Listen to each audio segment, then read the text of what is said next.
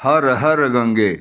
महाकुंभ प्रयागराज के आयोजन को लेकर विपक्ष काफ़ी हमलावर रहा। 13 जनवरी 2025 से लेकर 26 फरवरी 2025 तक सनातनी आस्था पर तथ्यविहीन कुतर्क का बेवकूफ़ाना हथियार लेकर गहरा आघात किया गया। यूपी सरकार के प्रयासों और मंशा पर संदेह पैदा करने पल पल असफल प्रयास किए गए। लगभग 68 करोड़ श्रद्धालुओं ने त्रिवेणी संगम में आस्था की डुबकी लगाई। एक छोटे शहर में लगभग 45 दिनों इतनी बड़ी संख्या को नियंत्रित कर खान पान स्नान आदि की व्यवस्था करना शासन प्रशासन समाज सेवी संस्थाओं के लिए बड़ी चुनौती थी। धार्मिक आस्था में साधु संत महात्मा की भूमिका केंद्र बिंदु में होती है। सरकार की जिम्मेदारी इनके मान सम्मान धार्मिक परंपरा समेत सभी व्यवस्था को लेकर होती है। 13 अखाड़ों में साधु संतों की उपस्थिति कुंभ मेले में लाखों की होती है। कल्पवासी भी पूरे कुंभ तक रहकर साधना करते हैं। यानी छोटे शहर में प्रतिदिन औसतन 1 करोड़ से ज़्यादा लोग यदि अन्य जगह से आएँ तो यह चुनौती भरी जिम्मेदारी है। सनातन आस्था की डुबकी से भारत में हिंदू विरोधी राजनीतिक दल विचारधारा वाले विरोधी की पेट में गुड़गुड़ होने लगी। ऐसे लोगों ने योगी जी और सरकार को इसी बहाने घेरना शुरू कर दिया।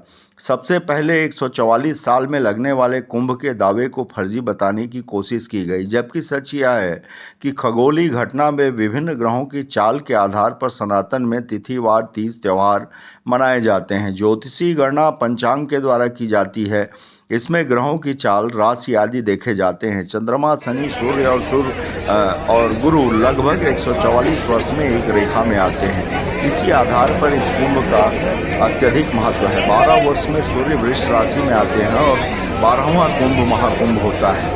मगर जिन्हें सनातन का विरोध करना है वह तो शास्त्र, मंदिर, देवालय, मान्यता, परंपरा का ही विरोध करते हैं। उनकी इस सोच पर कुछ नहीं कहा जा सकता। सनातन को मानने वालों को सोचना है कि वो इन बातों को कितना महत्व देते हैं, क्योंकि सत्ता के लोभी लालची भूखे भेड़िए लगातार हिंदुओं को जाति पंथ ऊंच नीच में बांटकर देश को अपनी मर्जी से निरंकुशता के साथ चलाना चाहते हैं। कई राज्यों की जनता ने ऐसी मानसिकता के लोगों की राजनीति का दुष्प्रभाव देखा और भोगा है। महाकुंभ में देश विदेशों से आए हुए श्रद्धालुओं की आस्था को देखकर दुनिया अचंभित है। वहीं सनातन विरोधी सरकार की बजट से मेला व्यवस्था के लिए खर्च किए गए राशि को एक स्कूल चिकित्सा शिक्षा में लगाने का कुतर्क कर रहा था। जैसे यूपी सरकार के पास केवल 7,500 करोड़ रुपए मात्र ही हैं। बूढ़ी कांग्रेस तो यह कह रही थी कि कुंभ में डुबकी लगाने से गरीबी दूर नहीं होगी। कोई कह रहा था कि रोजगार का अवसर पैदा करने इस राशि को लगाना था। जब योगी जी ने बताया कि 3 लाख करोड़ का व्यापार इससे हुआ तो विपक्ष का मुंह बंद हुआ। इसमें हर स्तर के व्यापारी, दुकानदार, मोटर वाहन व्यवसाय से लेकर फूल बेचने, नाव चलाने वाले सबको रोजगार मिला। कोई भी लाभ से वंचित नहीं रहा।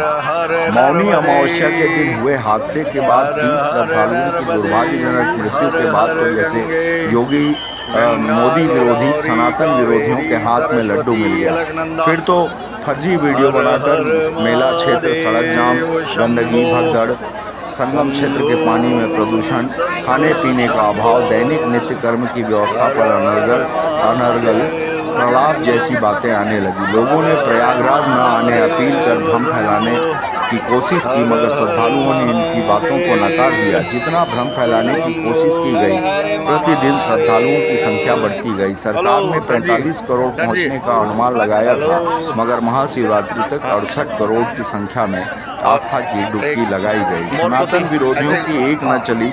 जात पात पर बांटकर सत्ता तक पहुंचने के ख्वाब वाले लोगों को सनातन मानने वालों ने जवाब दिया कि धर्म विरोधी पाखंडियों की एक न चलने दी जाएगी। देश व धर्म के खिलाफ षड्यंत्र करने वालों का चेहरा भारत की एक जनता जानती पहचानती है। श्रद्धालुओं की हितैषी बनकर महाकुंभ को बदनाम करने वाले हिंदू श्रद्धालुओं की आस्था की डुबकी को पाप धोने की डुबकी बताकर मजाक उड़ाने वालों को इस अपार जन समुदाय ने त्रिवेणी में डुबकी लगाकर संदेश दिया कि सनातनी सहिष्णु जरूर हैं, मगर धर्म और आस्था पर कोई आघात करेगा तो हम शालीनतापूर्वक एक हैं और अपनी आस्था को हम एकजुट होकर ऐसे ही प्रकट करते रहेंगे। महाकुंभ का संदेश है कि सनातन धर्मावलंबी के लिए तीर्थ यात्रा कोई कम कोई कंफर्ट पर्यटन नहीं बल्कि यह त्यागमय आराधना है। के लिए प्रयागराज में इस तरह से हजारों सेट बनाए गए कोई हैं। जगह नहीं, केवल और केवल आस्था भक्ति की शक्ति पुरुषों है के लिए है